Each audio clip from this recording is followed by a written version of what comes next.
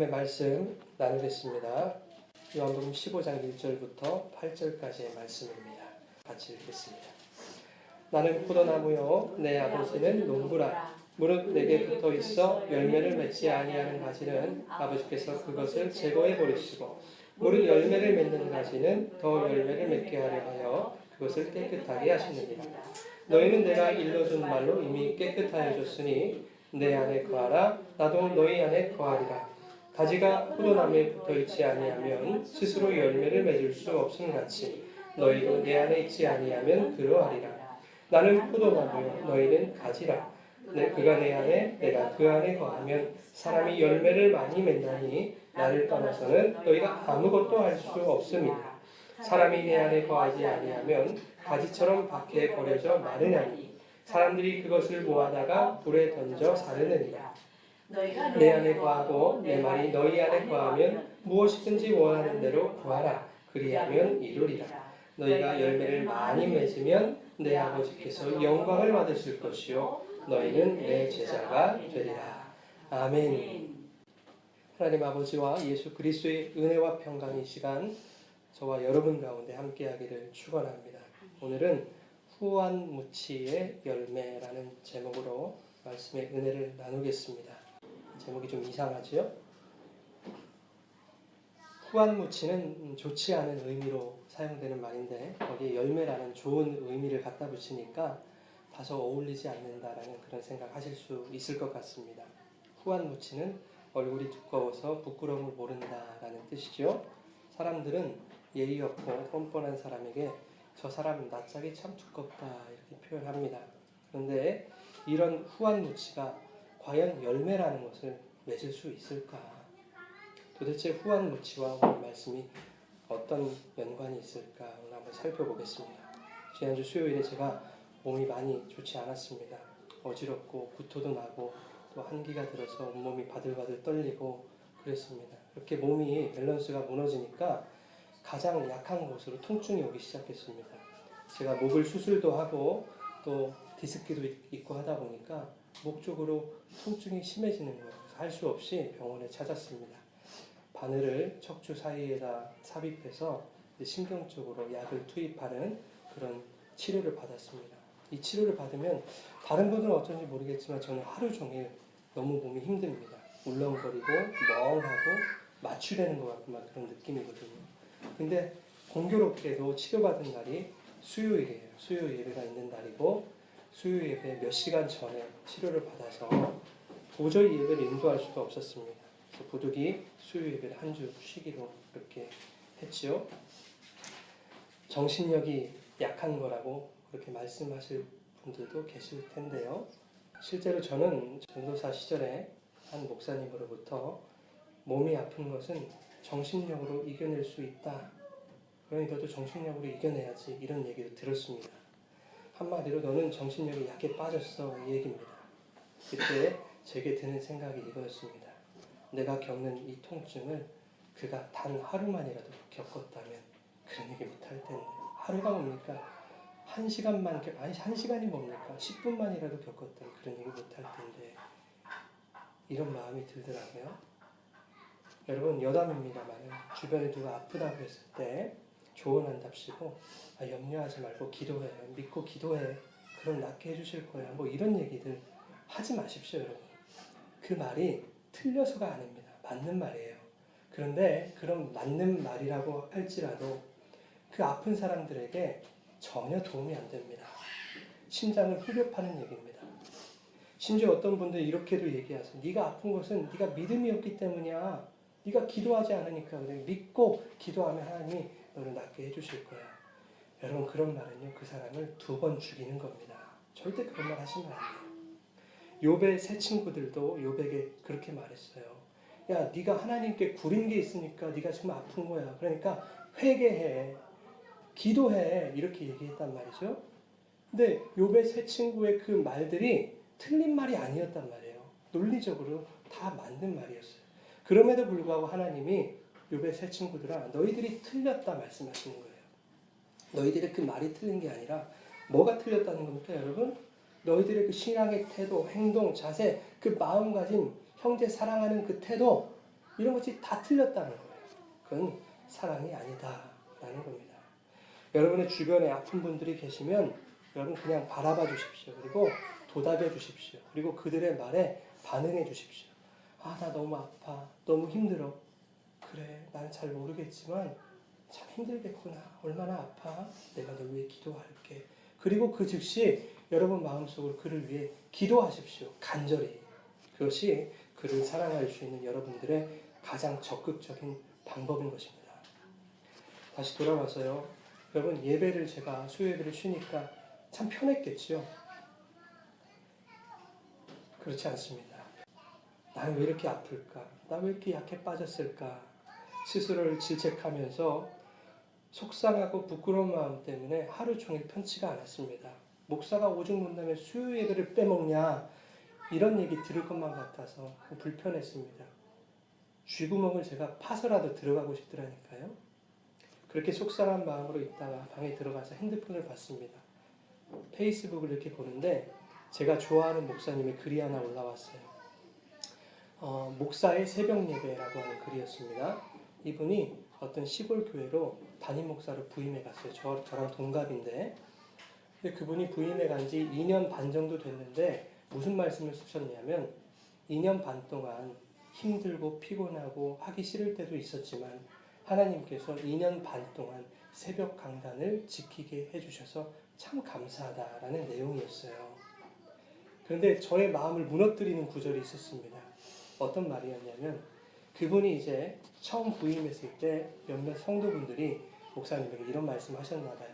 목사님, 원로 목사님께서는 소변줄을 차고 새벽 예배를 인도하셨습니다.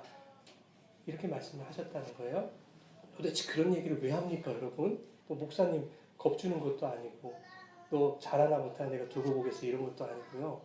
그 목사님에 대한 얘기가 아니잖아요. 그래서 조금 불편한 마음이었는데 그 글을 읽으면서 한편으로 이런 마음이 들더라고요. 참 부끄럽다는 생각했습니다. 도대체 나라는 인간이 정말 목사가 맞는가? 아프다고 예배도 빼먹는 목사가 진짜 목사 맞는가? 이런 생각이 들더라고요. 하나님 왜 저 같은 사람을 목사로 부르셨어요? 제가 안 한다고 얼마나 오랜 시간 때를 썼는데 하나님이 붙잡아 놓고 왜 그러십니까 도대체? 목사로 평생 살아가는 거 저 자신 없습니다. 막 이런 마음을 가지고 있었다고요. 이렇게 속상함과 부끄러움으로 낙심되었을 때 하나님께서 오늘 본문 말씀을 통해서 저를 위로해 주셨습니다. 오늘 말씀을 어떻게 들으면 잘못 들으면 수요일에 빼먹은 목사가 자신을 지금 변호하고 있구나 라고 들릴 수도 있을 거예요. 그런데 그런 거 아니니까 여러분 오해하지 마시고 들어주시면 좋겠어요. 설사 제가 그런 오해를 받더라도 하나님이 저에게 주신 그 참된 위로와 진정한 자유를 여러분과 나눠야 되겠다라는 그 마음이 너무 강합니다. 그래서 이 말씀을 준비했습니다. 이 말씀을 통해서 여러분에게 세상이 줄 수 없는 참된 위로와 평안, 기쁨과 자유가 임하게 되기를 축원합니다. 여러분 포도나무와 가지의 비유를 올해는 참 많이 들었습니다. 그런데 여러분이 이 비유가 궁극적으로 말씀하시는 것이 뭐라고 생각하세요?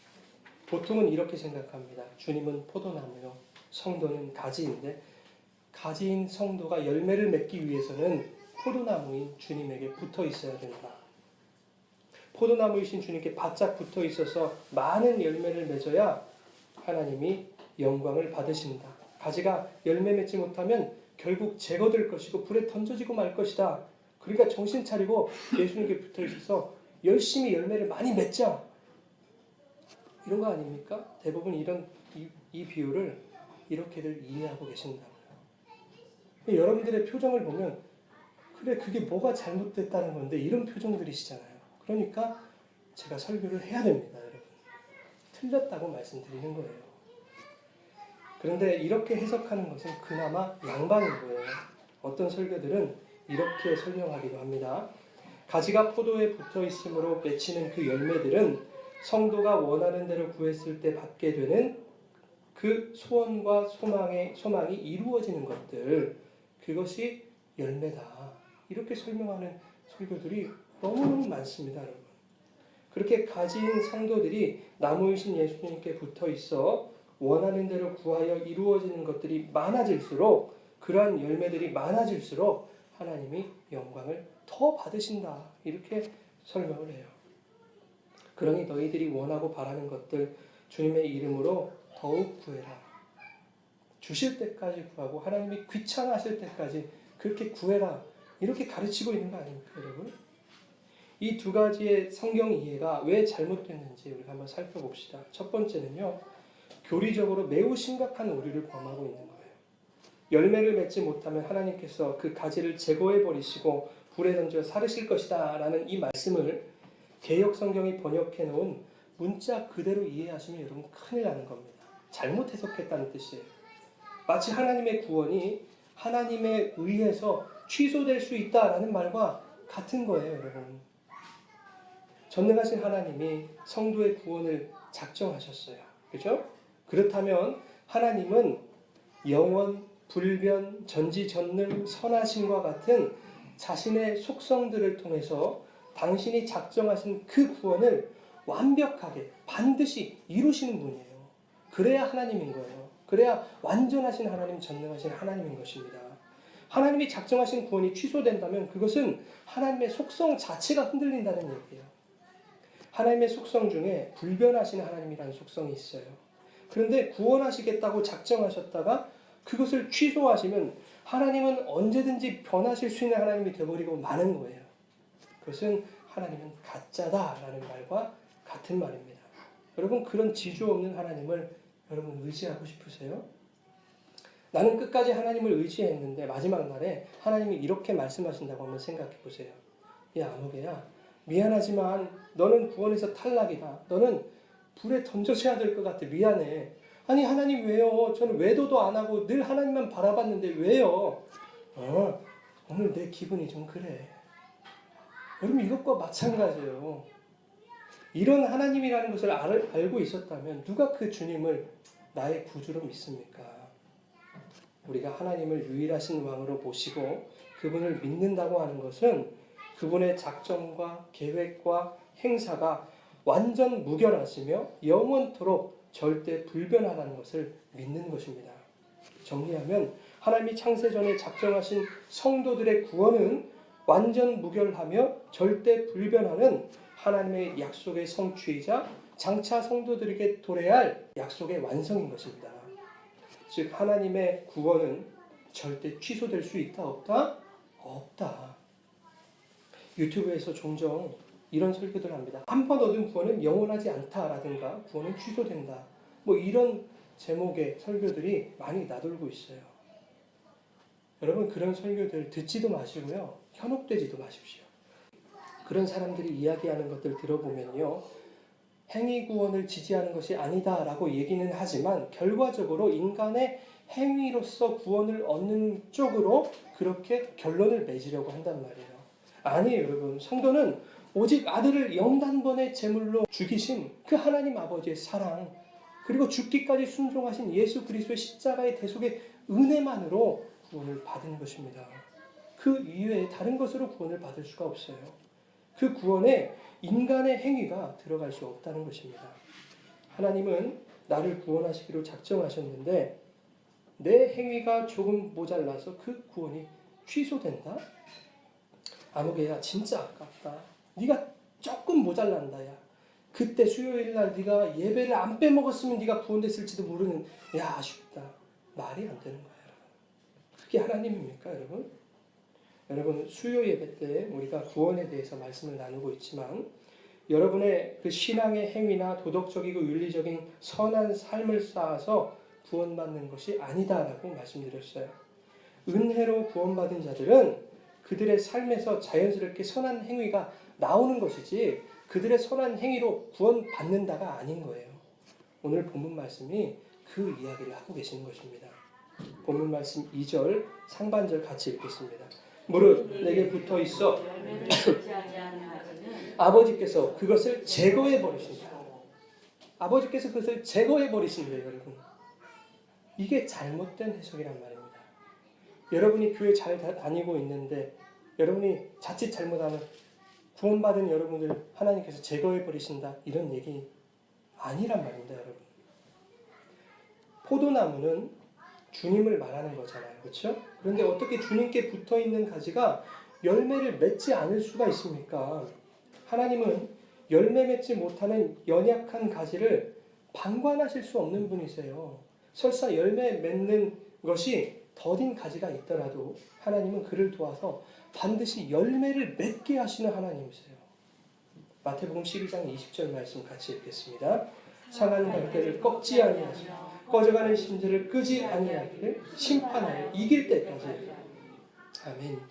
상한 갈대도 꺾지 않는 분이에요. 그런 분이 그것도 심판날까지 꺾지 않을 뿐만 아니라 오히려 회복시키시겠다고 약속하시는 그분이 연약한 가지, 힘없이 축 늘어져 있는 그 가지를 보시고 야 너는 열매도 못 맺네, 보기도 싫으네, 그러고 가차없이 끊어버리시겠냐는 말입니다. 도대체 하나님을 왜 그렇게 못된 폭군으로 만들어버리고 있는지 모르겠어요. 여러분, 오늘날 교회에는 하나님으로부터 제거당하지 않기 위해서 또 불에 던져지지 않기 위해서 그러한 이유로 내가 열매를 맺어보려는 성도들이 참으로 많습니다. 이것이 무슨 말과 같냐면 내가 맺는 나의 열매에 의해 구원이 좌지우지 될 수 있다라고 믿는 것과 같은 거예요. 열매는 내가 맺는 것이 아니다라고 말씀드렸잖아요. 성령이 맺는 열매라고 이렇게 말씀드렸어요. 오늘 본문에서는 포도나무가 맺는 열매겠죠? 성령이 맺으시고 포도나무가 맺으시는 그 열매를 내가 맺을 수 있다고 생각하고 이렇게 신앙생활들을 하고 있으니 그 신앙생활들이 교만해지지 않을 수 있습니까, 여러분? 기고만장하지 않을 수가 있어요. 하나님이 이루신 그 열매들을 바라보면서도 아, 내가 신앙생활 열심히 했더니 이런 열매를 맺었네, 그렇게 착각들을 하더라고요. 말로는 얘기합니다. 아, 하나님이 다 하셨어. 내가 한 게 뭔데, 우리 주님이 다 이루어 주셨지. 그렇게 얘기해야 사람들이 겸손하다고 하니까 그 겸손하다고 칭찬하는 것까지 챙겨 먹으려고. 근데 속내는 그러지 않아요. 야, 내가 좀 열심히 했어. 그랬더니 이런 열매도 맺을 수 있는 내가 되었네. 다 자기 만족인 거예요. 그러면 오늘 본문 말씀을 이해하는 그 두 번째 해석이 잘못된 이유가 뭔지 한번 우리 생각해 봅시다. 신앙이라는 것을 가진 성도들이 포도나무의 양분을 이용하여, 즉 주님의 능력을 이용하여 내가 이 땅에서 잘 먹고 잘 사는 데 필요한 나의 소원을 성취하는 것으로 그렇게 왜곡하고 있다는 것이 있습니다.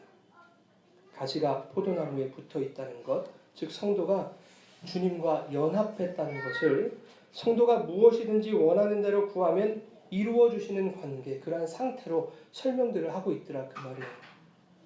여러분, 그것은 잘못된 생각입니다. 주님과 연합한 성도는 주님이 원하시는 것을 구하게 되는 자들이에요. 그것을 연합이라고 얘기하는 것입니다.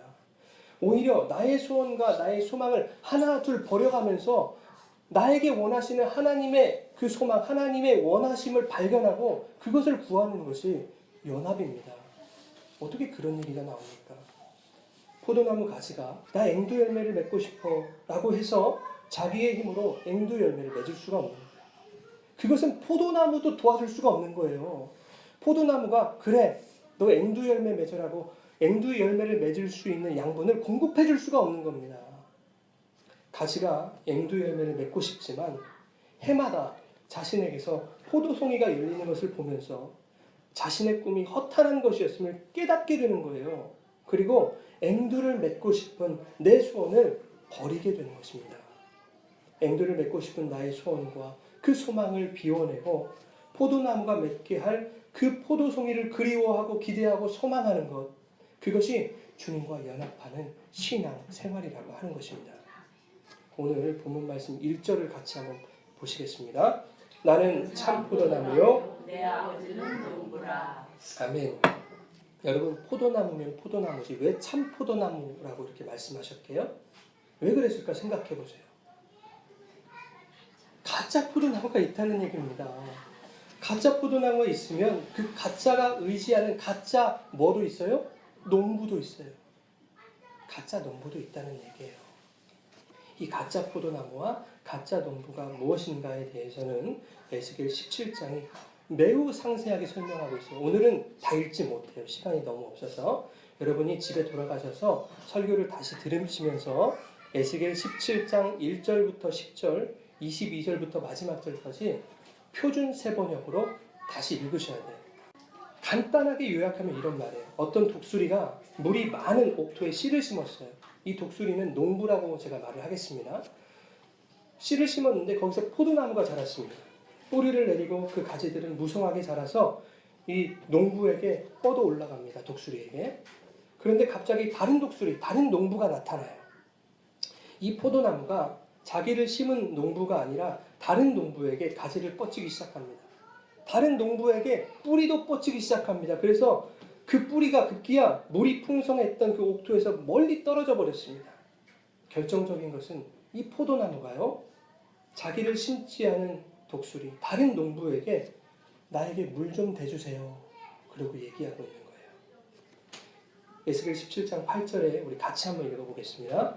그 포도나무를 옥토, 곧 물이 많은 곳에 심은 것은 가지를 뻗고 열매를 맺어서 아름다운 포도가 되도록 한 것인데 이 모양이 되고 말았다. 농부가 왜 심었다고요? 열매 맺는 아름다운 포도나무가 되게 하시려고 그 물 많은 옥토에다 심었는데 이 꼴이 되고 말았다. 이렇게 얘기하고 있는 거예요. 여러분, 포도나무 뿌리와 가지가 그를 심은 농부에게 시선을 고정하고 있었다면 물이 풍성한 옥토에서 풍성한 열매를 맺는 멋진 포도나무가 됐을 것입니다. 그런데 내 열심과 내 수고, 내 노력으로 다른 농부에게서 물을 얻어보겠다고 하면 고생만 진탕하다 말라 죽게 되는 거예요. 우리가 그러고 있다고요.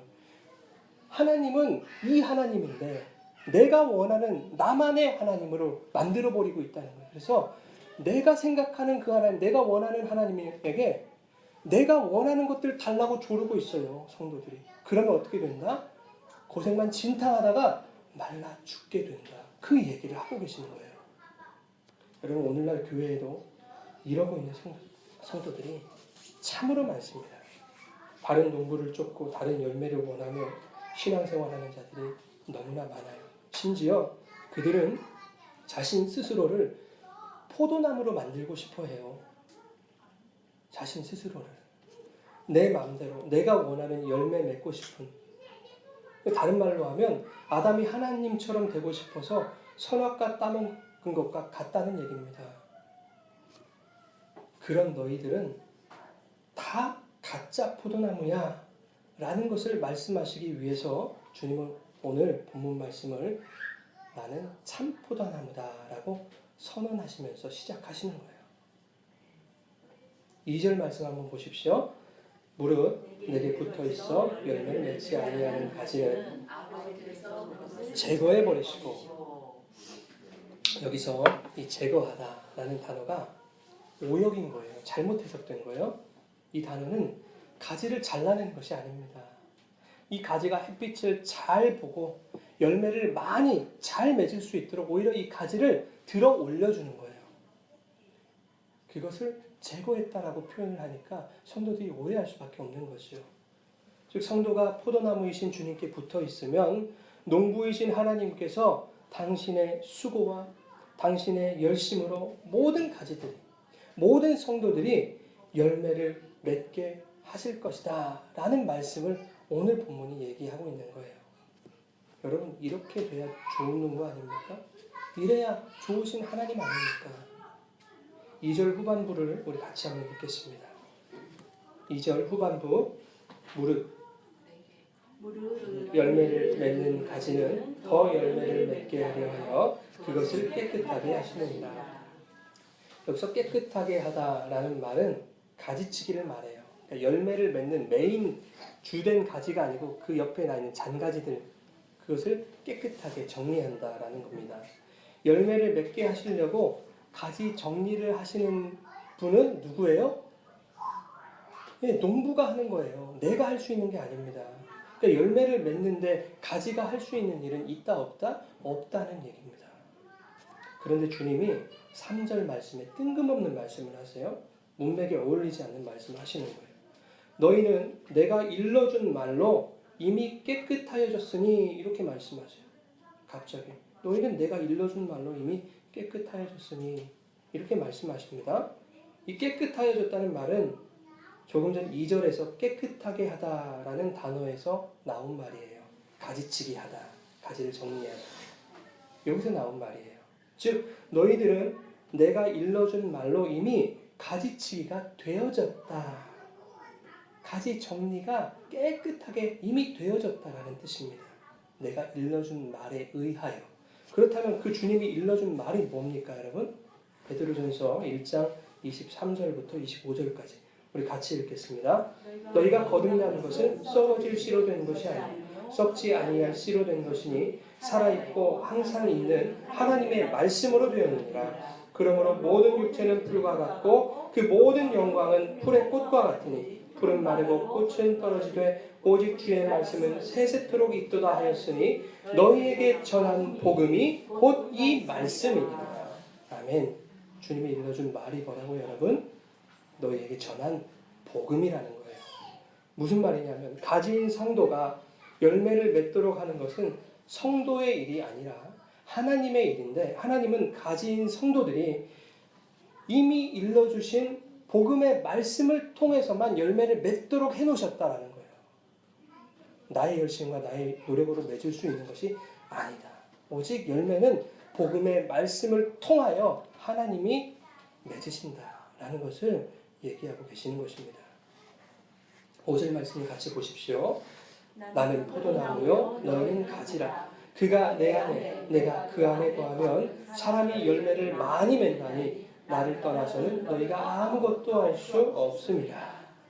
여기서 내가 누굽니까 여러분? 예수님이죠. 네, 예수님은 우리에게 말씀으로 오셨고 복음으로 오셨잖아요. 그죠? 네, 말씀이 육신이 되어서 우리 가운데 거하셨다 그러잖아요. 즉 사람이 말씀을 떠나서는 예수님 떠나서는 열매 맺기는커녕 아무것도 할 수가 없다. 여러분 우리가 뭐 하는 것 같죠? 제가 지금 설교하는 것 같고 물 마시는 것 같고 아무것도 하는 것 같죠? 사람이 할 수 있는 것이 아무것도 없다는 거예요. 하나님이 우리에게 은총을 부어주시지 않는다면 우리는 아무것도 할 수 없는 것입니다. 그런데 6절이 또 난해한 구절입니다. 우리 같이 한번 읽겠습니다. 사람이 내 안에 거하지 아니하면 가지처럼 밖에 버려 마르나니 사람들이 그것을 모아다가 불에 던져 사르느니라. 이 말씀 때문에 성도들이 고민을 많이 해요. 내가 예수님 안에 거하지 못하면 교회 다니면서도 때때로 조금 부족한 삶을 살면 불에 던져진다는 얘기인가? 이렇게 오해를 한다고요. 보세요 여러분. 이 말씀에서 처음 나오는 단어 사람이라는 단어가 있지요. 이 단어는 단수로 쓰였어요. 단수. 복수 단수할 때. 그런데 뒤에 나오는 그것이라는 단어가 있죠. 불에 던져 살라진다고 할 때 그것을 사른다고 하잖아요. 그것은 복수를 쓰고 있어요. 그러니까 모아다가 불에 던져지는 것은 사람을 말하는 게 아니에요. 내 안에 거하지 않는 예수님 안에 거하지 않는 그 사람이 불에 던져진다라는 것을 말하는 게 아니에요. 다른 것들이 불에 던져서 살라지기는 할 거예요. 그런데 성도들 너희들이 잘못했을 때 성도 너희들을 불살라버리겠다 이렇게 겁박 주시는 게 아니란 말입니다. 여러분 속으로 이런 생각하실지도 모를 거예요. 주님 안에 거하지 않는 자들은 다 지옥불에 들어가게 되는 거 아닌가? 보통 너무나도 쉽게 이렇게 결론을 짓는단 말입니다. 그러면 여러분 이 자리에 있는 분 중에 어떤 분이 천국에 들어갈 수 있어요? 여러분 성도들이 항상 주님 안에서 거하는 그런 삶을 살 수 있습니까? 완벽하게 온전히 예수를 믿으면서도 내가 진짜 예수 믿는 사람 맞는가? 이렇게 의심이 될 정도로 때때로 형편없는 나의 모습들을 다들 발견하시잖아요. 아닙니까? 저만 그렇습니까? 다 아니신 것 같아. 믿음이 너무 좋으셔가지고 믿음이 제일 없는 사람이 목사가 돼가지고 성경이 우리에게 주님 안에 거하라고 이렇게 말씀을 하잖아요. 그런 것은 아무리 믿음 좋은 사람일지라도 온전히 주님 안에 거하는 사람이 없기 때문에 자꾸 내 안에 거하라 말씀하시는 거예요, 여러분. 예수 안에서 살다가도 때때로 예수와 상관없는 삶을 살아갈 때가 얼마나 많습니까, 여러분? 전 매일 그럽니다, 매일. 내 속에 죄 안에서 살 때가 더 많지 않습니까, 여러분? 6절 말씀은요, 이러한 형편없는 삶을 살아가는 성도들일지라도 하나님은 창세전에 당신이 선택하신 백성들이 지옥불로 향하는 것을 허용하지 않으시겠다는 거예요. 오히려 성도들의 죄악과 성도들의 연약함을 모두 한데 모아서 불에 던져 살라버리시겠다. 이게 은혜의 말씀인 거예요, 여러분. 너희들을 온전한 자로 내가 만들어주지. 너희들의 연약함과 부족함과 모든 악독과 모든 죄악들을 내가 다 모아가지고 불에 살라버리겠다. 완전한 열매들, 완전한 가지들, 완전한 포도나무들로 내가 만들겠다. 이 얘기입니다. 우리가 예수 안에 거하지 못할 때 우리의 영이 마르게 됩니다. 근데 그것은 곧 우리들의 삶으로 나타납니다. 미워하고 다투고 욕심 부리고 시기하고 질투하고 내 뜻대로 살기를 원하고 또 다른 사람과 나를 비교해서 저 사람보다 못한 나의 형편을 비관하면서 하나님 왜 나한테 이런 상황을 주셨습니까? 원망하고 세상의 가치와 기준을 따라서 살아가게 되고 이러한 것들이 여전히 성도인 저와 여러분의 삶 속에 때때로 바짝 마른 가지처럼 너저분하게 붙어 있을 때에 하나님께서 여러분들이 온전한 열매를 맺을 수 있도록 말끔하게 가지 정리를 하셔서 깨끗하게 하실 것이다. 이 말씀입니다. 그 말라 비틀어진 지저분한 것들을 한데 모아다가 여러분의 허물과 죄악과 연약함을 한데 모아다가 불에 던져 살라버리시겠다. 얼마나 감사합니까? 여기서 아멘 하셔야 되는 거예요. 염집사님 감사합니다. 아멘 해주셔서. 여러분 7절 말씀 같이 보겠습니다. 너희가 내 안에 거하고 내 말이 너희 안에 거하면 무엇이든지 원하는 대로 구하라. 그리하면 이루리라. 그러면 이게 무슨 뜻인지 여러분 이제 깨달으셔야 돼요. 주님 안에 거한다는 것은 내 뜻대로 살기를 원하고 내 소원을 이루기 원하는 그 말라 비틀어진 지저분한 것들을 하나님이 다 불사르셨다는 뜻이잖아요. 그러면 어떻게 내가 원하는 것을 구하고 내가 구하는 족족이 이루어진다라고 해석을 할 수 있느냐 말이에요. 주님 안에 거함으로 비로소 주님이 원하시는 것이 무엇인지 제대로 알게 된 자들이 그 성도들이 주님의 뜻대로 구하게 되는 것이고 그렇게 주님의 뜻대로 구할 때에 하나님은 당신의 뜻대로 성도들의 삶에서 당신이 원하시는 아름다운 열매를 맺어주실 것이다. 이 말씀입니다. 8절 말씀 같이 읽겠습니다. 너희가 열매를 많이 맺으면 내 아버지께서 영광을 받을 것이요 너희는 내 제자가 되리라. 이렇게 말씀하세요. 이 말씀은 성도들이 자신의 달란트와 능력으로 다양한 신앙적 업적을 이루었을 때에 그러한 종교적 스펙들이 많이 쌓일수록 하나님의 영광을 더 많이 받으신다라는 얘기가 아닙니다. 제가 종종 말씀드리죠. 하나님이 영광을 받으신 이유가 딱 하나 있다고. 무엇으로 영광 받으신다고요? 성도의 구원. 잊지 마세요. 하나님은 성도의 구원으로만 영광 받으세요. 그런데 그 구원은 아들 예수 그리스도의 십자가 사건과 맞바꾼 구원이에요. 그래서 성도의 구원이라고 하는 건 예수 그리스도의 십자가입니다, 여러분. 같은 말이에요. 하나님이 영광 받으실 수 있게 하는 유일한 것. 그것은 아들 예수 그리스도의 십자가밖에 없는 거예요. 본문 말씀 8절 말씀을 풀어서 설명해 놓은 것이 요한복음 13장에 있어요. 13장 31절부터 같이 한번 읽어보겠습니다. 그가 나간 후에 예수께서 이르시되 지금 인자가 영광을 받았고 하나님도 인자로 말미암아 영광을 받으셨도다. 만일 하나님이 그로 말미암아 영광을 받으셨으면 하나님도 자기로 말미암아 그에게 영광을 주시리니 곧 주시리라. 새 계명을 너희에게 주노니 서로 사랑하라. 내가 너희를 사랑한 것 같이 너희도 서로 사랑하라.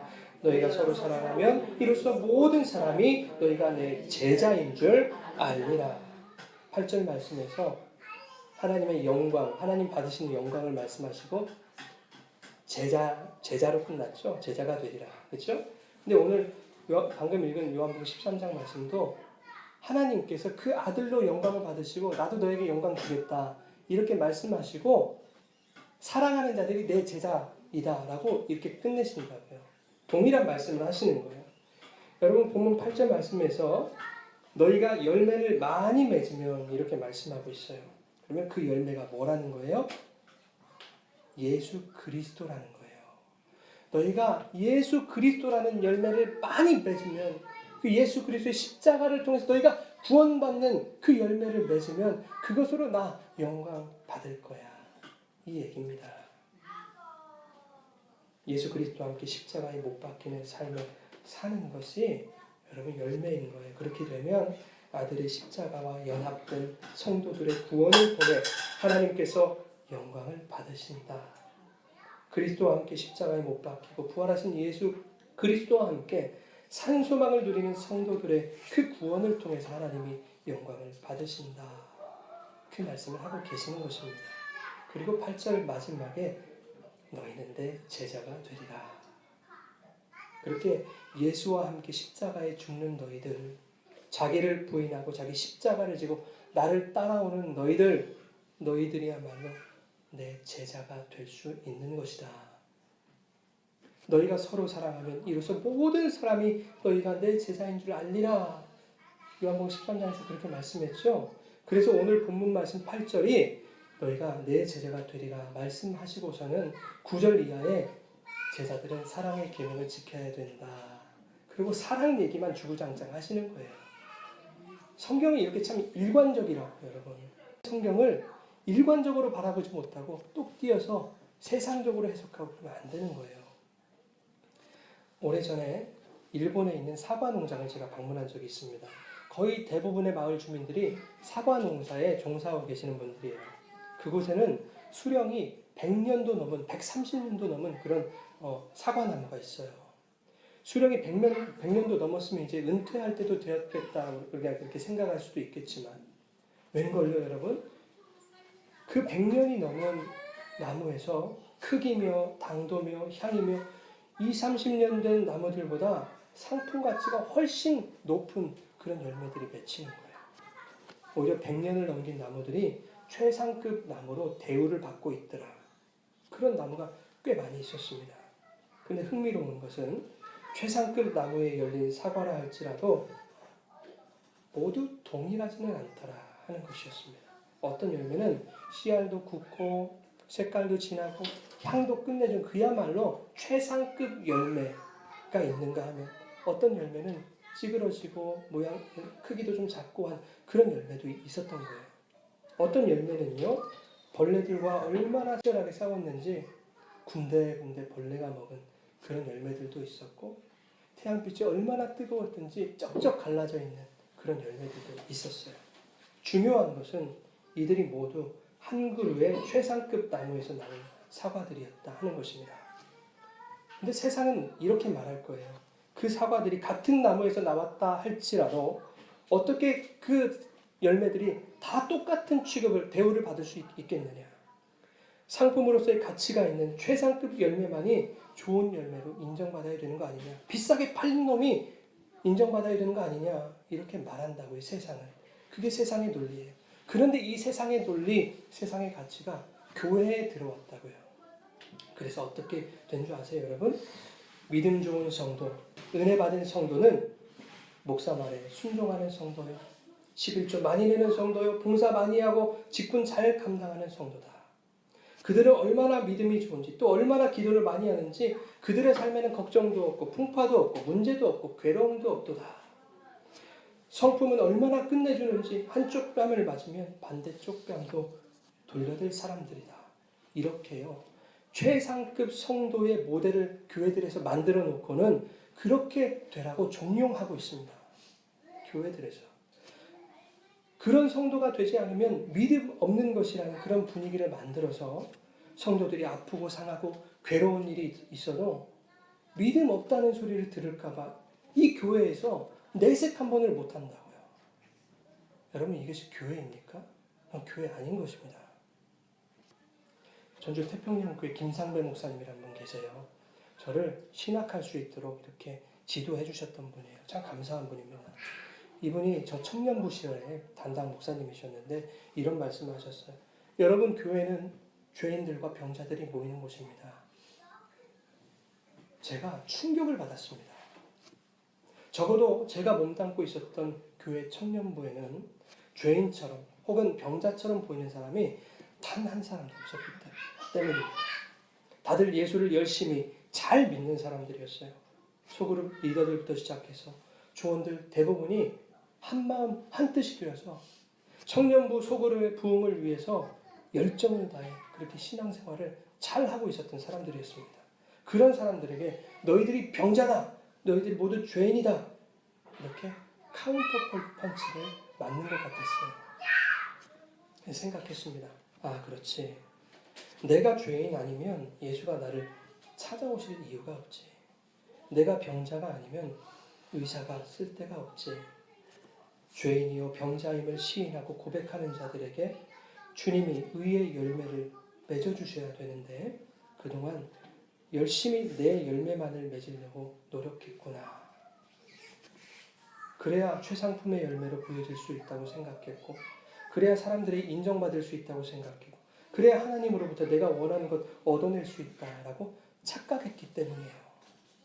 그때부터 제가 변했습니다. 아니, 제 예배가 변했습니다. 매 예배가 눈물바람이었어요. 목사님이 무슨 말씀만 하시면 울었어요. 그냥 울었어요. 별말, 무슨 말을 했는지도 기억이 안 납니다. 그냥 펑펑 울었습니다. 그때 제 아내도 같은 청년부에 있었거든요. 아직 교제하기 전이었는데 가끔 저렇게 마주치면 제 눈을 이렇게 보더니 또 울었네 이러고 지나가요. 아마 제 생각인데 저는 그때 관심이 하나도 없었는데 저한테 관심이 그때부터 있었나 봐요. 분명합니다. 사과나무 얘기로 다시 한번 돌아가 볼게요, 여러분.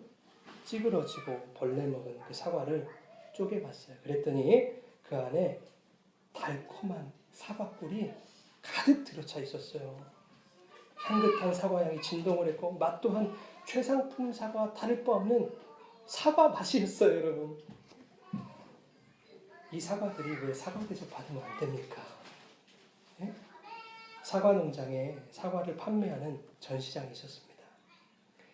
각 농가를 대표해서 진열된 그 최상급의 사과들이 이렇게 배치되어 있고 그 중간중간에 사과 괴짝만한 상자가 이렇게 놓여 있었어요. 그 상자 안에는 뭐가 들어있었냐면 볼품없는 사과들, 찌그러지고 벌레 먹고 쪼개진 그 사과들이 들어있었어요. 그 사과들은요, 시식용으로 잘려서 사람들의 입속에 막 들어가고 있었습니다. 사람들이 막 잡아먹히고 있었어요. 그런데 참 인상적이었던 것이 있었습니다. 그것을 찾은 수많은 사람들이 최상급 사과를 보고 감탄하는 것 이상으로 시식용 사과를 먹고 농장 주인에게 엄지손가락을 치켜 들어주다 하는 것입니다. 그 사과를 맛본 사람들이요, 비로소 최상급 사과를 비싼 값에 사가더라. 농장 주인에게 얼마나 큰 영광이겠습니까, 여러분? 최상급 사과가 비싼 값에 팔린 것만이 영광이 아니라 시식용 사과로 인해 자신의 사과의 맛과 품질을 인정받았다는 것, 그것 또한 영광스러운 일 아닙니까? 시식용 사과에 도움이 없었다면 최상급의 사과가 여러분 몇 개나 팔렸겠습니까? 결국 최상급 사과와 시식용 사과 모든 것이 합력하여 선을 이루더라. 이것이 교회의 모습이 되어야 합니다, 여러분. 교회 안에 도대체 누가 최상급이고 누가 중급이고 누가 하급입니까? 하나님을 사랑하는 자, 곧 그 뜻대로 부르심을 입은 자들에게는 모든 것이 합력하여 선을 이루게 되는 줄 믿으시기 바랍니다. 하나님은 당신의 뜻대로 부르신 모든 성도들을 통해 영광 받으시는 참 좋으신 우리 하나님이십니다. 여러분, 우리는 다 다르죠. 성격도 생김새도 잘하는 것도 못하는 것도 연약한 부분 다 다릅니다. 재능이 많아서 최상급이고 약점이 많아서 최하급이다? 그렇게 말할 수가 없는 거예요. 세상과 치열한 전투를 벌이다가 벌레 먹은 것처럼 군데군데 상처를 입을 수도 있는 거죠, 성도가. 맹렬히 퍼붓는 세상의 그 화력 앞에 믿음으로 저항하다가 성한 곳 없이 쩍쩍 갈라질 수도 있는 것입니다. 성도의 삶은. 여러분, 이것이 얼마나 귀한 성도의 모습입니까? 그저 우리는 모두가 참 포도나무에서 붙어있는 포도나무 가지들인 것이고 동일한 포도나무에서 열린 포도송이들인 것입니다. 주님, 나는 왜 이렇게 모질이 찌질입니까? 다른 사람들은 믿음도 좋고 은사도 많이 받은 것 같고 어찌나 신앙생활들을 그렇게 잘하는지 삶 속에 풍파도 없고 어려움도 없고 근심도 없고 걱정도 없고 그런데 왜 나만 이 모양 이 꼴입니까? 다른 사람들은 열매도 많이 맺는 것 같은데 왜 저는 열매 하나 못 맺고 있습니까? 하나님, 어떤 목사님들은 소변줄 차고 예배 인도한다는데 저는 목사나 돼가지고 이까지 몸에 가시 하나 이기지 못하고 수요 예배를 빼먹고 말이죠. 하나님, 이래서야 성도들이 무슨 열매를 보여줄 수 있겠습니까?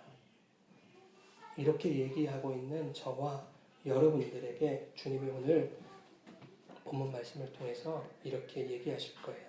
내 딸들아, 내 아들들아, 슬퍼하지 마라. 괴로워하지 마라. 염려하지 마라. 너희가 어떠한 모습일지라도 너희는 창세전에 내가 택한 나의 백성들이니라. 너희들의 연약한 모습, 너희들의 부끄러운 모습, 너희들의 죄악된 모습에 관계없이 나의 영원한 사랑으로 너희를 사랑하노라. 그렇게 말씀해 주실 거예요.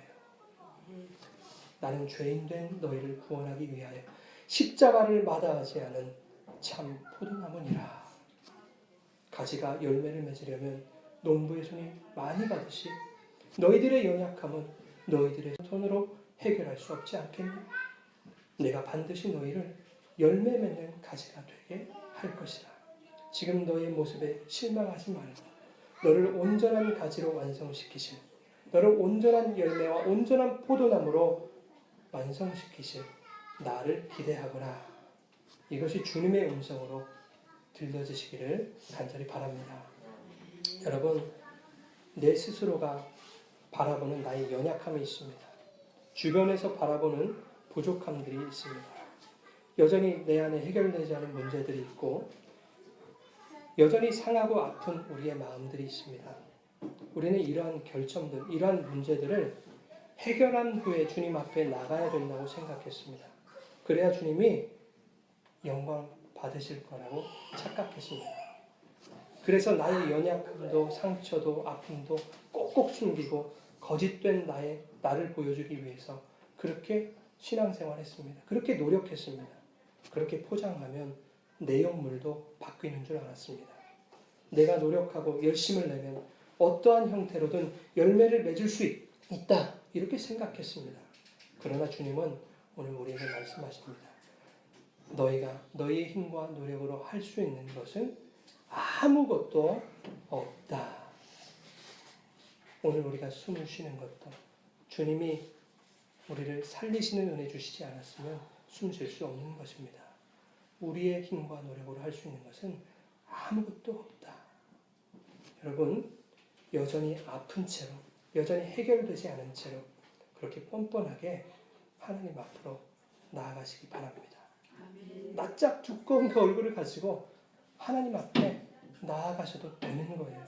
세상은 후한 무치를 욕합니다. 그러나 하나님은 낯짝 두꺼운 모습으로 주님 앞에 나오는 여러분을 두 팔 벌려 반겨주실 것입니다. 잘 왔다. 네가 맺을 수 없는 그 열매, 후한 무치로 나에게 나온 너를 통해 내가 반드시 맺어주리라. 그리하여 마지막 날에는 너의 부끄러움과 너의 그 수치를 완전히 불태워 없애주리라. 내가 너의 눈물을 닦아주리라. 이 주님의 음성이 오늘 저와 여러분에게 진정한 위로와 평안을 그리고 참 자유와 회복을 허락해 주시기를 주님의 이름으로 축원합니다. 우리